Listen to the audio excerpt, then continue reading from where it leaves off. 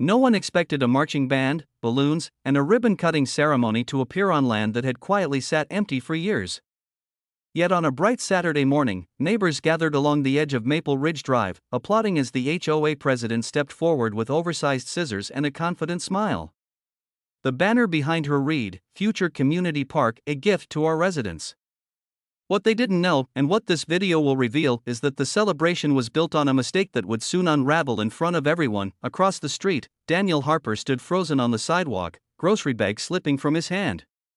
He had returned to town only 2 weeks earlier after caring for his father in another state. The empty parcel beside his childhood home had always belonged to his family. He remembered mowing its grass as a teenager and helping his mother plant the oak sapling near the fence. Now that oak tree stood beside a newly installed sign bearing the HOA logo, Daniel's chest tightened as applause erupted and the ribbon fell in two. Cameras flashed. Children cheered. The HOA board members shook hands as if history had just been made, but Daniel knew something was wrong. He stepped closer to the crowd, staring at the boundary stakes hammered into soil he recognized better than anyone, and in that moment, a quiet question began forming in his mind, one that would soon stop the celebration cold. Daniel watched the crowd disperse slowly, families chatting excitedly about walking trails and weekend picnics. To them, the new park symbolized progress. To him, it felt like watching strangers move furniture into his living room. He approached the newly posted sign and brushed dust from its glossy surface. Beneath the HOA emblem were the words, "Property designated for community use." No mention of county records. No mention of ownership. What this story will uncover is how a simple assumption can grow into a costly mistake. An older neighbor recognized him and smiled warmly. She welcomed him back and praised the HOA for finally putting that unused lot to good use. Daniel forced a polite nod. Unsure how to explain that the lot had never been unused, only unattended, that evening, he unlocked the cedar chest his mother once kept near the hallway closet. Inside lay neatly folded documents, tax receipts, survey maps, and the original deed bearing his parents' names. He spread them across the kitchen table, tracing boundary lines with careful fingers. The measurements matched perfectly. Outside, the newly hung park banner fluttered in the breeze, catching the glow of streetlights. Volunteers had already placed benches along the path and marked spaces for a playground. Daniel stared through the window, realizing the celebration had only been the beginning. Because correcting a mistake like this would require more than paperwork, it would require proof strong enough to challenge an entire community's belief. And the HOA had no idea what was coming next. Monday morning arrived with a quiet determination Daniel hadn't felt in years. Instead of confronting the HOA in anger, he drove to the county records office, carrying a folder thick with documents and questions. If the celebration had been built on an error, he intended to uncover exactly where it began. Inside the records hall, fluorescent lights hummed softly as clerks guided residents through permits and property maps.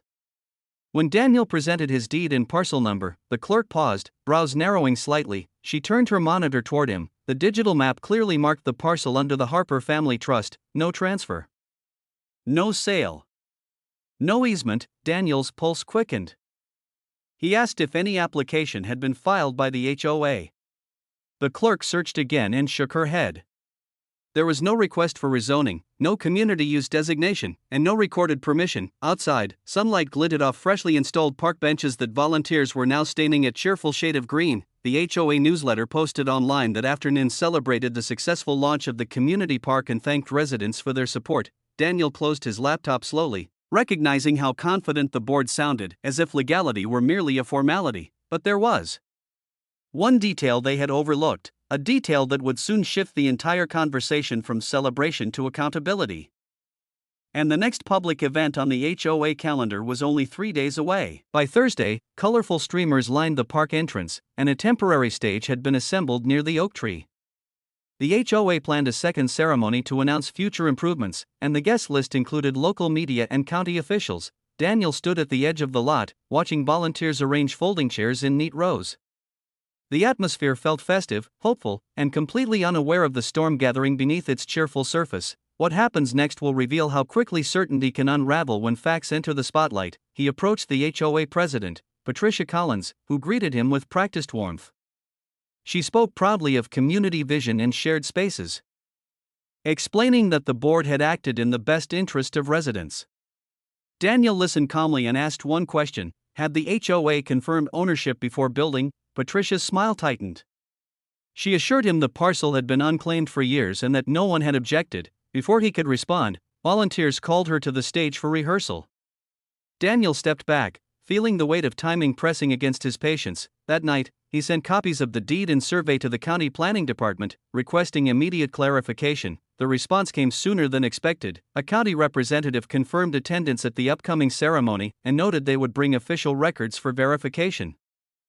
As Daniel read the email, the festive lights across the park flickered on, casting long shadows over land that was about to reclaim its voice, and tomorrow, the stage would be full. The morning of the ceremony dawned bright and cloudless, as if the sky itself had been polished for the occasion. Residents filled the folding chairs while children chased one another near the newly planted shrubs. Patricia Collins stepped to the microphone, thanking the community for their trust and enthusiasm. Applause echoed across the open space as she described walking paths, seasonal events, and a playground funded through future dues. Daniel stood quietly near the back, the folder in his hand steady despite the pounding of his heart. This is the moment the celebration began to shift. A county vehicle rolled into the gravel drive, drawing curious glances. From it stepped a county planning officer carrying a leather portfolio and wearing an expression of polite professionalism. Patricia welcomed him warmly, assuming he had arrived to endorse the project. Instead, he requested a brief pause before the ribbon could be cut again. Murmurs rippled through the crowd. He opened the portfolio and unfolded a certified property map, holding it where Patricia and the audience could see. The parcel number matched. The owner's name was read aloud, Daniel Harper. Silence fell across the chairs, replacing applause with stunned whispers. Patricia's confident posture faltered for the first time, and suddenly, the land beneath everyone's feet felt different. The officer explained gently but clearly that the parcel remained privately owned and that no authorization had been filed for community development. Construction of permanent fixtures without consent could require removal and potential restitution. Gasps moved through the crowd like wind through tall grass. Patricia turned toward Daniel, searching his face for confirmation that this was real. He stepped forward, not with anger, but with quiet resolve, holding out the original deed and decades of tax records. The documents told a story no banner could override. Residents exchanged uneasy looks. Some recalled seeing Daniel's mother tending flowers along the fence years earlier. Others admitted they had assumed the land belonged to the HOA simply because no one questioned it. The officer emphasized that mistakes happen, but proper procedures protect everyone. The festive decorations fluttered awkwardly in the breeze, their cheer now out of place against the weight of reality. Patricia's voice softened as she apologized publicly, acknowledging the oversight and the assumptions that led to it. She promised cooperation and pledged to correct the situation respectfully. Daniel nodded, appreciating the shift from certainty to accountability, but one final decision remained, one that would determine whether this land became a source of division or something entirely unexpected, and every neighbor leaned forward, waiting to hear what he would say. Daniel looked across the crowd, seeing not adversaries but familiar faces, the mail carrier who waved each morning, the retired teacher who brought cookies during winter storms, the children who had laughed beneath the oak tree. He took a slow breath and spoke calmly. He explained that the land had belonged to his family for generations and carried memories that could never be replaced. Yet he also understood the community's desire for connection and shared space. What he revealed next transformed the tension into something no one anticipated. Rather than demand removal of every bench and sign, Daniel offered a formal lease agreement allowing the parcel to be used as a community park under clear legal terms. Preserving ownership while granting shared access, relief swept through the audience. Applause returned, softer this time, grounded in understanding rather than assumption. Patricia accepted the proposal with visible gratitude, promising transparency and proper procedures moving forward. As neighbors gathered around Daniel, thanking him and sharing stories of his parents, the oak tree's leaves rustled gently overhead, as if acknowledging the return of balance. The ribbon still lay on the grass, but no one rushed to cut it again. The moment no longer required ceremony, it required respect, and that was the final twist in this unbelievable HOA story. If you love the drama, don't forget to like, subscribe, and drop a comment sharing your thoughts. It really helps this channel grow.